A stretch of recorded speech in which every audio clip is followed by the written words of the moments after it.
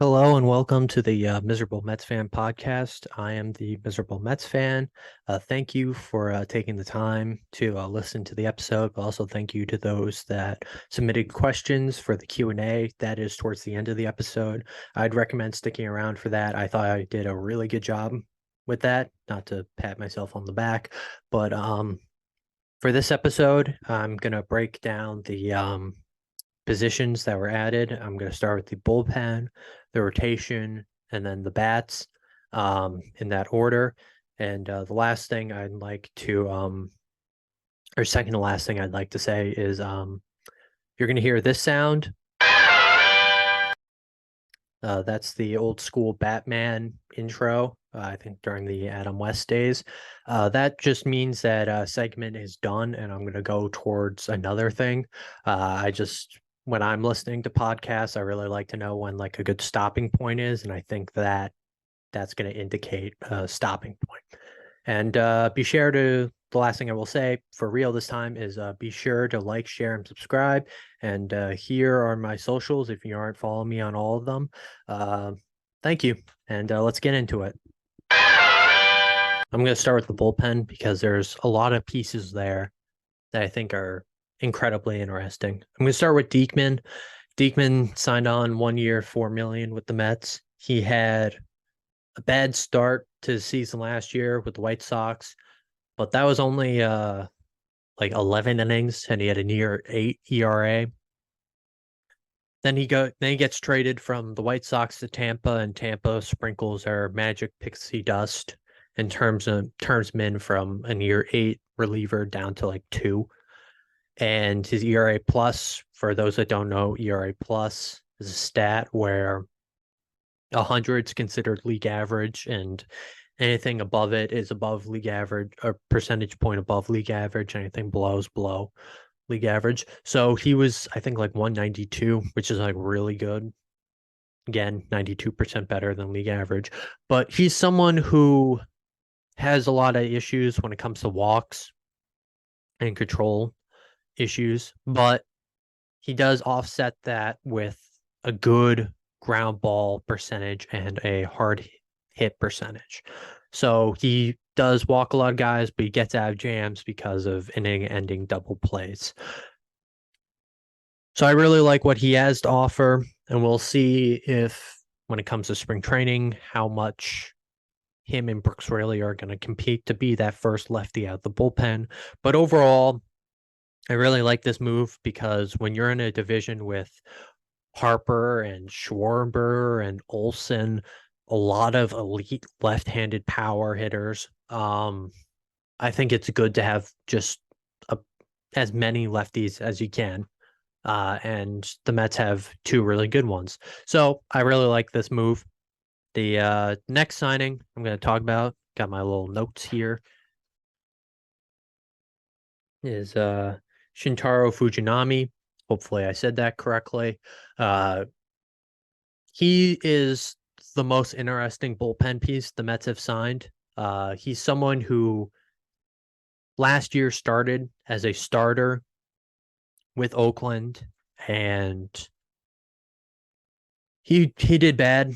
There's no beating around the bush on it. His stats as a starter were 7 starts, 17 innings, 0-6 record, ERA of 14, a WHIP of 2, and strikeout per nine of 7. So yeah, bad. There's no there's it was not really a good fit because Oakland had a lot of issues with starting pitching, but they were also, or just pitching in general. So they needed him to go out there and eat innings. And even on Oakland, where they had their issues with pitching, that he was not fit for that spot. He was not fit to be in the rotation. And they moved him to the bullpen, and in as a reliever, he improved for the rest of the season. Again, it's not really like I say improved, but it's his ERA as a reliever was like a 5. So like not reliever ERA is kind of tricky to judge just because one bad outing and then you have to like get so many innings of just like 0 runs to lower it. So like again, it wasn't great, but it's better than a 14. And what interests me so much about Fujinami is his stuff in terms of what he can throw. I mean, his fastball was averaging 98.4 miles an hour and he topped out at like 103. So he has like elite stuff. But if just to throw in a cooking analogy, you need a little sweet to match the spice. And he doesn't have an off speed pitch that's reliable enough to get him out of situations. And as a reliever, you kind of need at least two pitches. And he doesn't have that pitch developed. And his fastball is there in terms of heat, but he doesn't really have much control of it. And developing an elite off, not even elite, just a reliable off speed pitch can boost his stock tremendously. And I mean, I think his ceiling is the eighth inning guy, but with a lot of the Mets bullpen pieces that they've added, it's real boom or bust, and I think he is the biggest boom or bust there is. All right, next pitcher I'm going to talk about is Jorge Lopez. He's sort of an interesting case because he's been in the league for a while and hasn't really had too much success. But in 2022, he put up a elite run in the first half of the season and became one of the most talked about relievers in terms of trade talks. And Minnesota swooped in and they nabbed him up. And at the time, he had a 1.68 ERA, an ERA plus of 234, and strikeout per 9 to 10. But he went to Minnesota, shit the bed, and hasn't really been the same since. ERA of 4, ERA plus a 90, strikeouts per 9 of 7. So going into last season, his sinker wasn't working as well. When he was on that elite run with Baltimore for the half season, um, his sinker was his go-to pitch. He was throwing it like 50% of the time, and hitters were batting like 228, I think, and slugging like 300. So they couldn't touch it. And last year he didn't have that success with the sinker.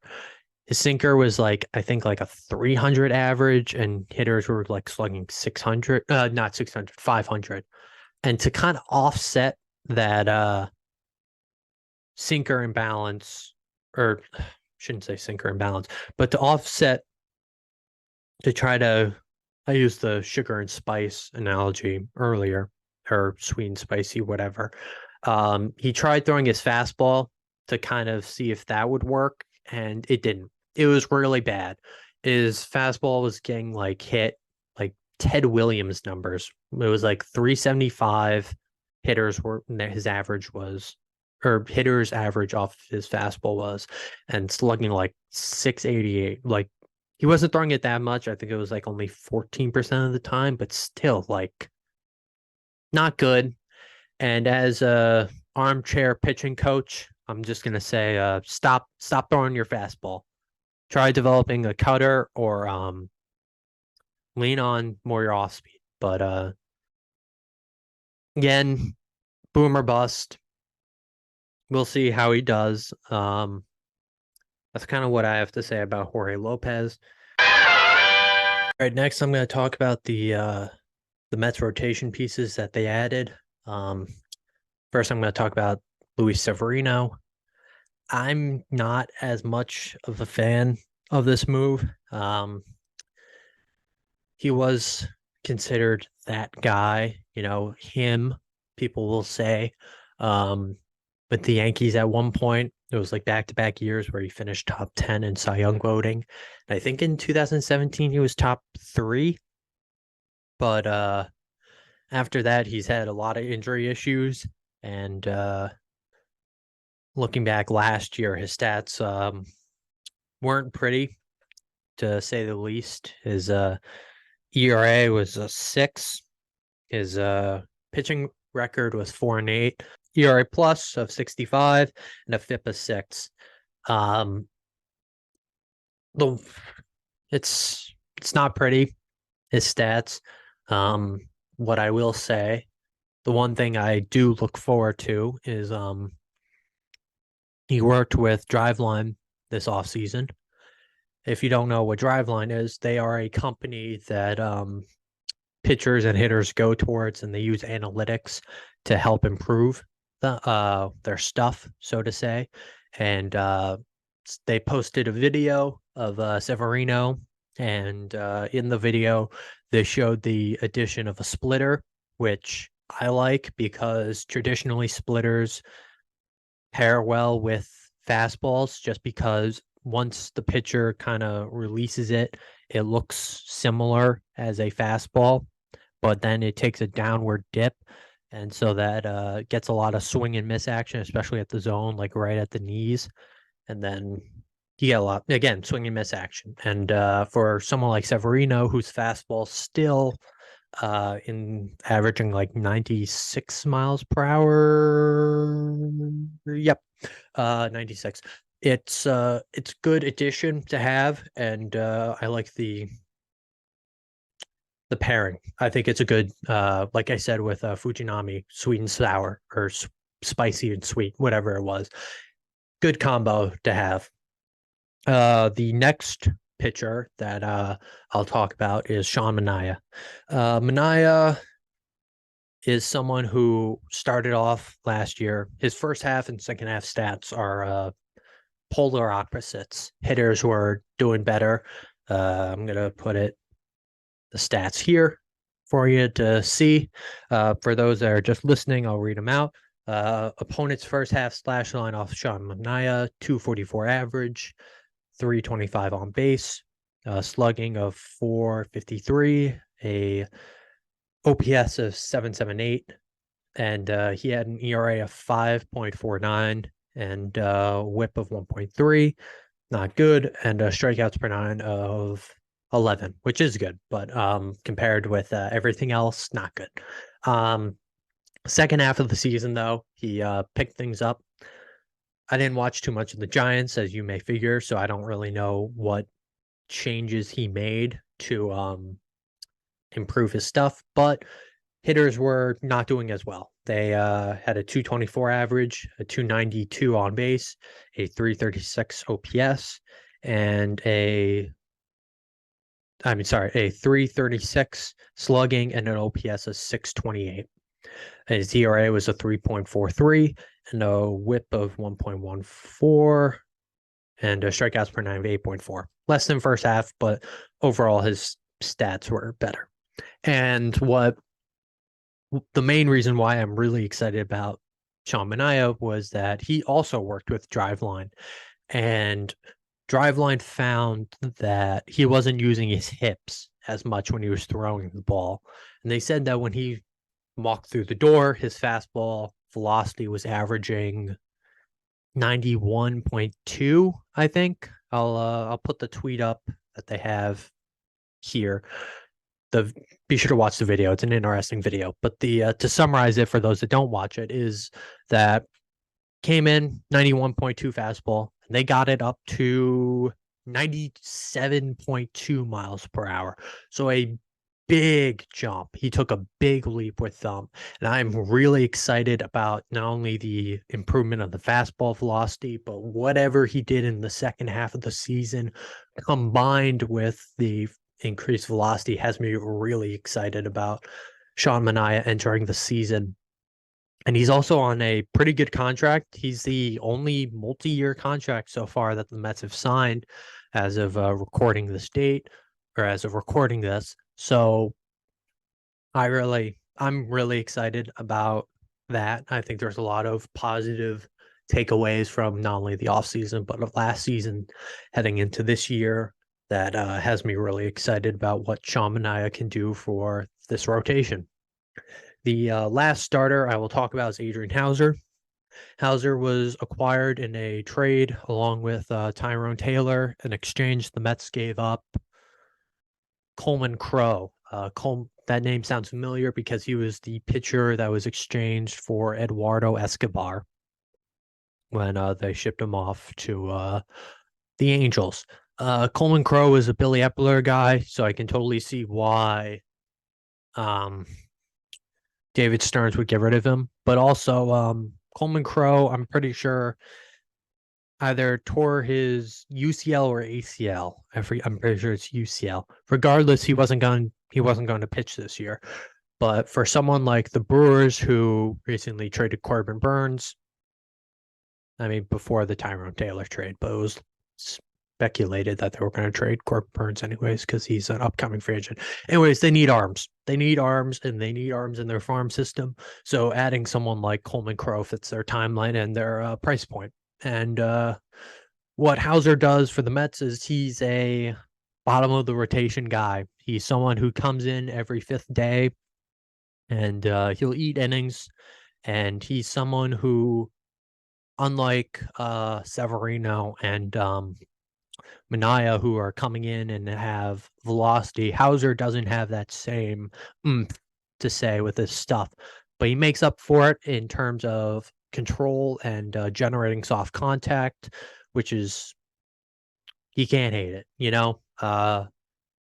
So that's kind of what Hauser provides in terms of the rotation. Someone who comes in fifth day, you know. Ooh, fix that. Yeah. All right. That's what I have to say on the rotation. I'm going to talk about Tyrone Taylor since we were already talking about Adrian Hauser and he was a part of that deal. But Tyrone Taylor is someone who provides good defense, like really good defense, and he's fast and he provides pretty good pop off the bench. The flaw in his game is that he strikes out a lot and he doesn't walk as well. Those are two things that I think are gonna limit his at bats. Anyways, the other additions I'll talk about is Harrison Bader. Bader's, I think, going to be the starting center fielder for this team. He provides elite defense. He hits lefties well, which is something that the Mets have not been able to do throughout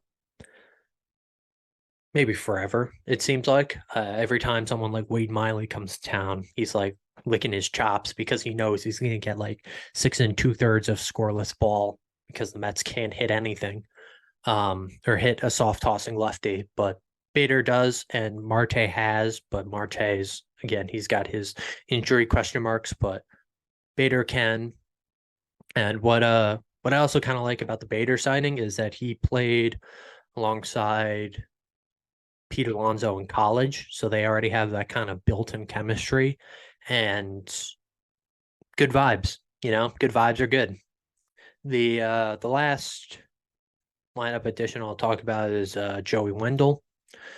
Wendell's role is he's gonna be the Luis Guillorme guy. Comes in defensive sub for the infield, and not every other day, but every once in a while he's gonna get a start. He could potentially be a guy that if Beatty and Vientos don't steal that third base spot, maybe Wendell comes in and does it, especially if Wendell comes in and provides something offensively that Beatty and Vientos haven't been able to provide so far, that it could be his job for this season. And we'll see about the offseason. I'll talk about more third base in depth, but he's someone who in the past, Wendell, someone who has in the past shown that he can be a competent bat. He did it with the Marlins for, I think it was a season. He had a really good, successful offensive season with the Marlins, but he's someone who will be that bench defensive guy. All right, that's what I have about the lineup additions about the Mets. I'm going to go into the Q&A portion of the show. Thank you to all those that took the time to submit questions. And also thank you to the listeners that are listening to this right now. Thank you. The first question that I think is maybe not specific question, but it's a overall discussion that a lot of people asked about was third base and DH. And I think they're intertwined. Why do I say that? Let's rewind the clock to last year at the trade deadline.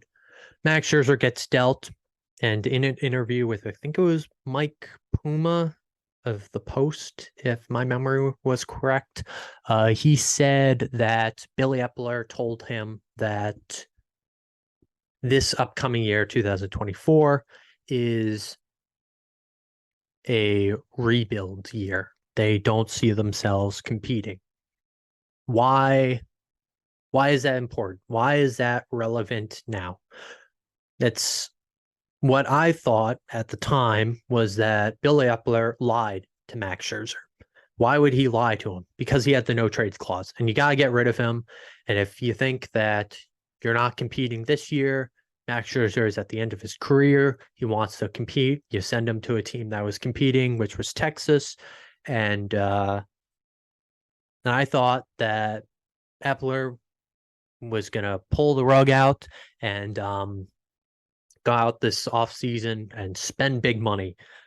But Billy Epler stepped aside for whatever reason. David Stearns came in, and I'm going to put some egg on my face. I thought that heading into this offseason, the Mets obviously were going to spend big. And in my free agent prediction, I had not only the Mets signing Yamamoto, but I also went big and said they were going to sign Ohtani too. I look like a complete idiot for that. I'll say that now because as much as I embrace the wins and the correct things I had, Rhys Hoskins to the Brewers, I will embrace the wrong. But I will say I think I deserve some credit for thinking that they were going to sign with the same team. Just the wrong team. Anyways, back to third base and DH. As we approach spring training is important for the third base position because Beatty and Vientos haven't had the necessary rep, maybe not the reps. They haven't had enough reps to develop. Beatty's had more. I think he has a full season under his belt in terms of games played. I think he has like 162 at maybe not 162, but he has more than 130, I think, if my memory was correct. On the other hand, Vientos only has 82 games. And why is this important? Because you can't expect these guys to develop as players while also just keeping them on the bench. It is paradoxical to expect a guy to get major league reps and to be a good major league hitter while sitting on the bench. Maybe they'll learn some things about hitting from Lindor or Nimmo or Alonso or whoever while just being around them. Like I think of there was one clip in 2022. I wish I can show it on screen. I'm not sure if it's even out there. But I remember Max Scherzer got pulled from a game, and David Peterson and I think Tyler McGill were talking with Bassett and DeGrom and Scherzer. They were all having like a powwow talking about their outings, and you learn information through that.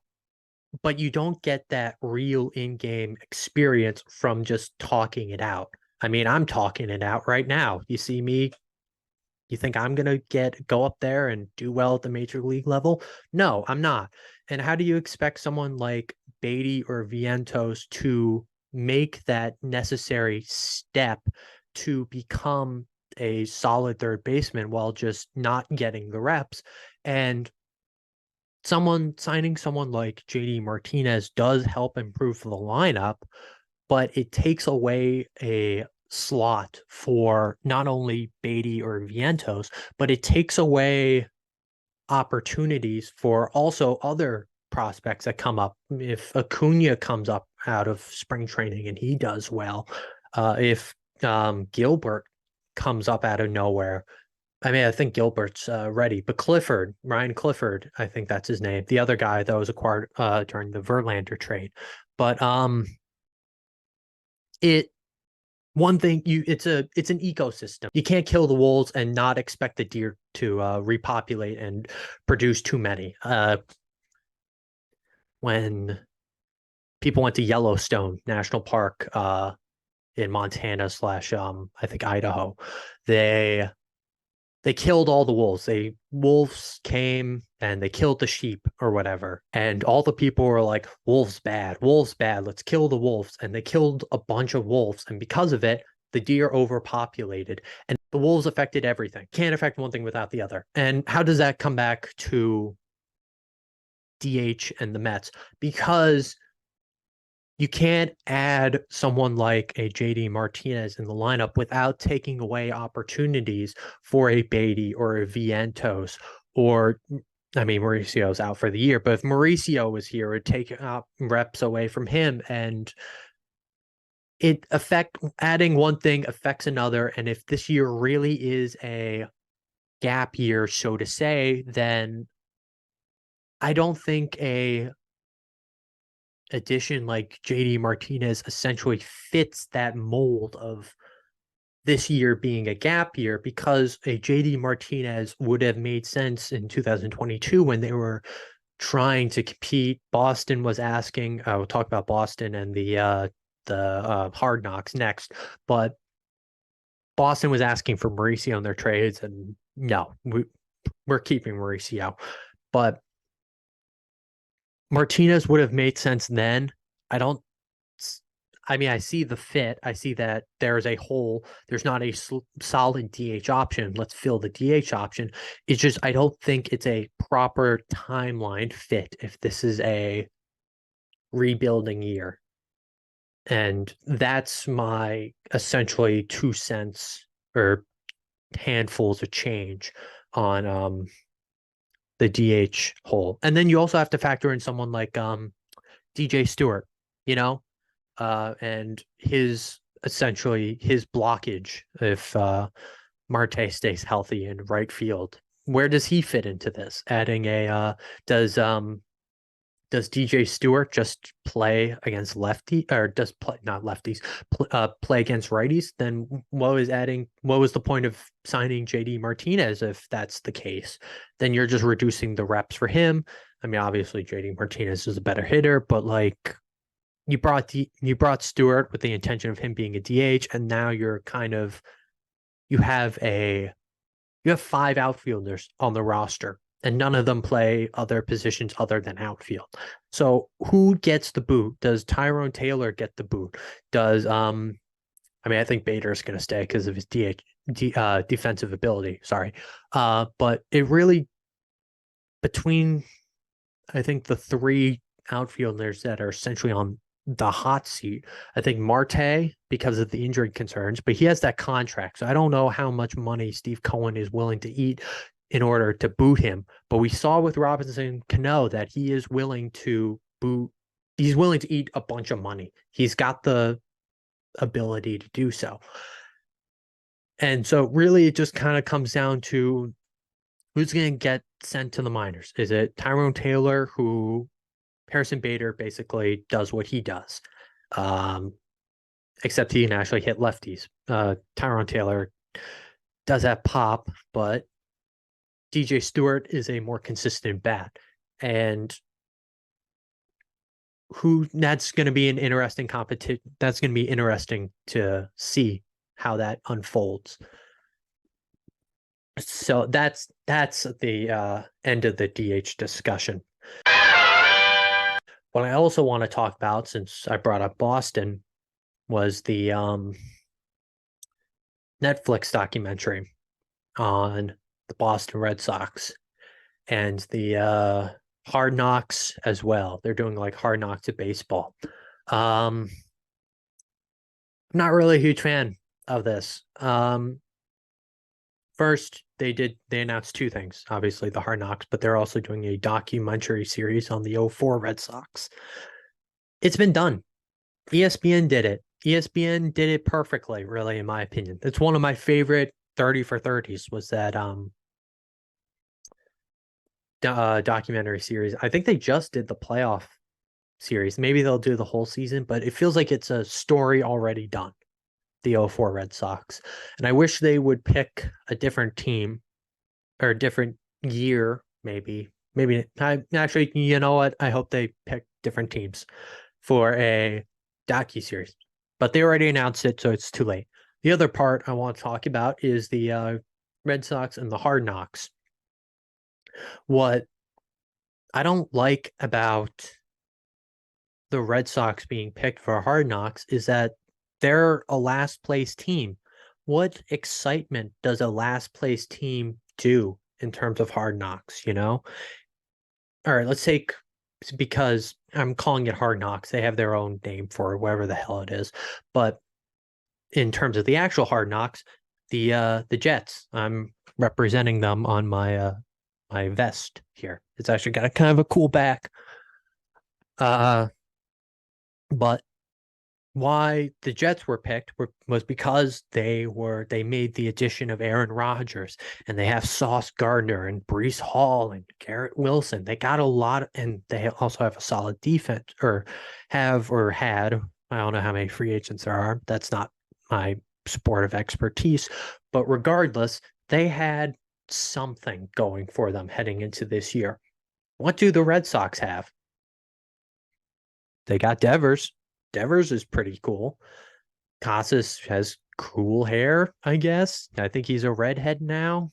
Um, I mean, like, like, what excitement does the Red Sox Hard Knocks provides? You know, it doesn't excite me, and I think there are a lot better teams, and I'll rattle off three right now. Oh, the other thing, well, we're also talking about or at least well, the Jets were still in my mind. Dolphins were picked because they also have flash. You know, they got Tyreek Hill and Waddle and the expectations of Tua, and Mike McDaniels is funny. He allegedly vapes. Smoking's cool, guys. No, it's not. But anyways, the why I don't what makes the Red Sox not interesting is not contending. What I think on the other end of the spectrum is teams that are already just are shoo-ins for the playoffs. I don't think that's interesting either. I think, like, all right, let's just do the Braves last year, for example. They had the division locked. They had it locked from essentially day one. There wasn't really a fight for it. So, like, what interesting television does it have? You know, it's the Superman paradox. You know, Superman, this perfect man who has nothing wrong with him. And he has Lois Lane and he can zoom around and he has super strength and he's got the laser eyes and he can fly and he's just like, what tension does he have? You know, like what drama can be created from a perfect guy, you know, a, who has everything? Nothing. That's why Superman movies suck. You know, like there hasn't been a good Superman movie. On the other hand, you got Batman. Batman's cool. Why? Because he's just a guy, even though he has like what was it? He went to the it's not karate, but I'm calling it karate in the first Christopher Nolan Batman movie where he fought Liam Neeson. But he Batman's even what Batman makes up for it is that he's just, you know, he's human. He's literally a human. So he can be beat. He can suffer damage. And we saw that. We saw that in that trilogy. And how does this relate to baseball Hard Knocks? It relates to it because you need drama, you need tension. And what the perfect scenario is a team trying to get to the playoffs, a team that does it entering this year, not only doesn't have it guaranteed, but is actively fighting for it. I mean, I got like I put the thing on my Instagram story saying it was the wrong team, and a lot of people are like Mets, Mets, Mets. And it's like I think a lot of a way more interesting choice is the Yankees. I mean, they have the flash that the Jets brought it. Like the Jets, they have that flash move. They have the Juan Soto edition, but they also already have Judge and Cole. And where's the tension though? The tension is that they're in a division that's very heavily packed. I mean, Baltimore looks like they're going to win the division clear cut, but you never know. Um, they also added Corbin Burns, and everyone's like Baltimore looks like they're this powerhouse of the division. But then you also have Tampa, who's like, you look at their moves every offseason and you think like, what the hell are they doing? Why are you trading Austin Met? I mean, this is not last year, but like Austin Meadows was one. Like, man, Austin Meadows had his best season. Why are you trading him? And he goes to Detroit and he completely sucks. But I mean, I know he also had personal issues, so hopefully he seeks the help he needs. But I mean, they traded Blake Snell, another one. Um, again, not last year, but they make moves that are questionable, and then they always pan out in their favor. And then you have Toronto. Toronto is one of those teams that they do have the names. I mean, Vlad Guerrero Jr. is the cover of MLB The Show. I don't think he should be, but he's seen as a face of baseball. Bo Bichette's another really good player. Why the Yankees though? Why do I think the Yankees are a better choice for this? It's because as all of this chaos is going on, they were the team. They were the ones that ruled the division. They were the ones that made the playoffs, however many consecutive years in a row. They're the ones in the New York market, so there's high expectations. There's always that pressure to win, always that pressure from the fan base, and then you have a lot of guys on 1 year contracts. I mean, Soto's going to be an upcoming free agent this year. I know Verdugo is going to be a free agent this year. Rizzo, uh, I've they have a bunch of guys. I saw a graphic somewhere. I'll put it here. But as Baltimore's window is opening and they're creating this team that's seen as the favorites for who knows how many years. They're young, they're youthful, they're exciting, they're the Flash. They got the Corbin Burns, and here are the Yankees whose window is maybe, I mean, at least I see it. I see their window declining. Their core is getting older. Who knows what Judge has? I mean, Judge has been one of the best players in baseball, but like you need to win while he's still young. You know, you don't know how his body's going to hold up. He's a big guy. We saw that same concern with Stanton, and we saw Brian Cashman commit his PR disaster class, saying that they're already preparing options for DH because they know Stanton's going to be injured. And there's that conflict of Stanton and, I mean, Stanton's always injured, but like you have that additional, as man, I'm not going to say that's the wrong word. I was going to say facade, but like you have that going on in the background, and that's tension. That's exciting. That's something people are willing to tune in for. As a dynasty, I'm not because Yankees aren't, at least of this year, they aren't a dynasty, but like as a divisional dynasty, I'll say, because they kept on winning it for and winning it and going to the playoffs for so long. But as their window's closing, Baltimore's is opening. And can they hang on? Can they still show that they have it? And that's tension. That's drama. That's what people tune in for. And Boston doesn't have that. Like, you know, like I go on this whole spiel about the Yankees' expectations this year, and then Boston's just there, you know, like what do they have? It feels like going from all of that, all I just said, to this is just such a massive letdown. I mean, I mean, another like good team to follow would have been Philly because they're kind of in that same boat. Not necessarily that their window's closing, but they have had success. I mean, they were just in the World Series and they were just in the NLCS, but they haven't gotten over the big hump. But they still got guys, they still got names, they still got stars. They still have, I mean, Wheeler's going to be a free agent this year, so there's that to kind of an additional drama to add. And they like the Yankees, they aren't guaranteed a playoff spot. I mean, I think the AL is looking a little bit more competitive heading into this year than the NL, but Philly isn't guaranteed that spot, and that's exciting. You know, that's what you want to follow. The last team I wanted to mention that I thought would have been a better choice is the Mariners. You know, the Mariners also have the stars. And marketing's a lot. Like marketing means a lot. And you got Julio Rodriguez, you got Luis Castillo, you got that youthful rotation of Kirby and I want to say Puckett, but that's Kirby Puckett's another guy. You got George Kirby. Oh my God, I'm blanking on the other one, the one with the mustache. But they got they got a solid rotation, and they just traded for Jorge Polanco from the Twins, who provides an additional bat for that lineup. France was an all-star.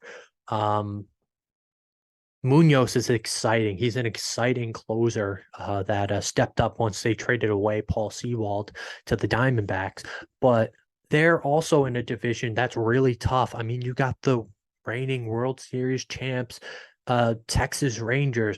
You got the dynasty of this generation in the Houston Astros, and both of them are doing really well.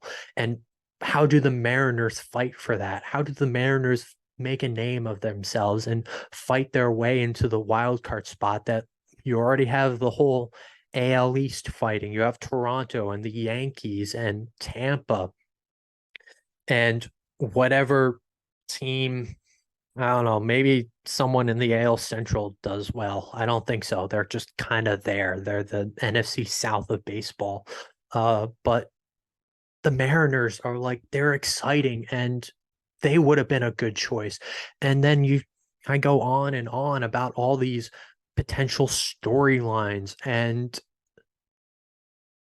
all the what you call it, players, and like Boston doesn't have that, and I'm disappointed in Netflix for that. This was a really big opportunity to promote baseball. I mean, they Netflix does a good job with this stuff. I remember I watched their golf version of that, and that was really good. I liked that. And this was a really big opportunity. This is like a because they've tried, not Netflix, but HBO tried Hard Knocks baseball in the past, and they picked wrong, and it was just canned after 1 year. They picked I forget if they were the Florida Marlins or the Miami Marlins at the time, but they were they won the offseason that year, or them or the Padres. It was that same, either the same year or year before, I forget which. But they brought in Jose Reyes, and I think they extended Hanley Ramirez, and they brought in Mark Burley, and they changed the uniforms, and they were in a new stadium, and they brought in Ozzie Guillen, and then they were out of it. And then you have to fill up like how what 6, 7 months of time, and how exciting is that? You know, like last place teams aren't exciting. I mean, I get like opposite end of the spectrum, a team that's guaranteed to win is not exciting for different reasons, but it's just like it's boring television. It's Netflix grasping at straws. And I the cynical version of me, which is all I mean, I'm always cynical. I'm miserable. That's the name, you know. I think it's just so that they can reuse B-roll. You know, B-roll is the background footage that when, you know, you're talking about the you film, you get overheads, you get a drone, you fly it over the stadium, and you can use that again. You just use that same clip of the drone flying over the stadium or the empty stadium clip, and you use that for both documentaries, and you call it a day. And I'm that's what I think about it, and I think Netflix really missed on that. Ed is on 21. Thank you for the question. Out of all the memes you've created, which one do you still go back on and laugh on? So, for those that are just listening to audio, I am wearing an orange hat that says Mac. I think it's a bulldog on it. This is a hat from my favorite show, King of the Hill. And why do I bring that up? Because my favorite meme is a King of the Hill one where uh, Khan, Super Nuisance Phone, and his wife Min. I think either they go broke or Khan gets fired, and they're having a big garage sale or yard sale, whatever. And the character Dale, who wears his hat, goes up and he wants to buy a Panda Marine radio, and Khan and Min are not. They not Min. Khan doesn't want to sell it. He's too prideful to sell this marine radio. This radio. And Dale, who wears the hat, is like offering an exorbitant amount of money. And they keep on saying no. Or Khan keeps on saying no. His wife swoops in and gets him to buy the hat. And why does this relate to the Mets? Because when the Wilpons were selling the Mets, they were trying to play hardball. They were trying to get they didn't want this. I think they didn't want to sell to Steve Cohen, even though Cohen was a minority shareholder at the time. Anyways, I use that same meme in the context of the Mets trying to sell or the Wilpon trying to sell the Mets to A-Rod and his super team of athletes. I think Travis Kelce was there, and I think there was an NBA player. I think it was Damian Lillard. I'm not sure. Don't quote me on that. But that's what my favorite meme, because I also love all the King of the Hill stuff. Con, I love this ceramic Panda Marine radio. How much? It too much for you. No price is too high. Just name it. $700. Sold. I mean 800. Sold. No, I take this off the market. Delicate equipment, not for redneck. Con, you sell him that stupid panda. We need the money. No. Yes, you sabotage our sale. Gribble, make a check out to me. And also, last thing, if this does well, I'm thinking about if my next episode will be sometime during spring training, and maybe do like a division prediction, and what I expect from the Mets. But thank you for sticking around and listening to the end of the First Miserable Mets Fan podcast. If you're still listening, be sure to like and share with your friends.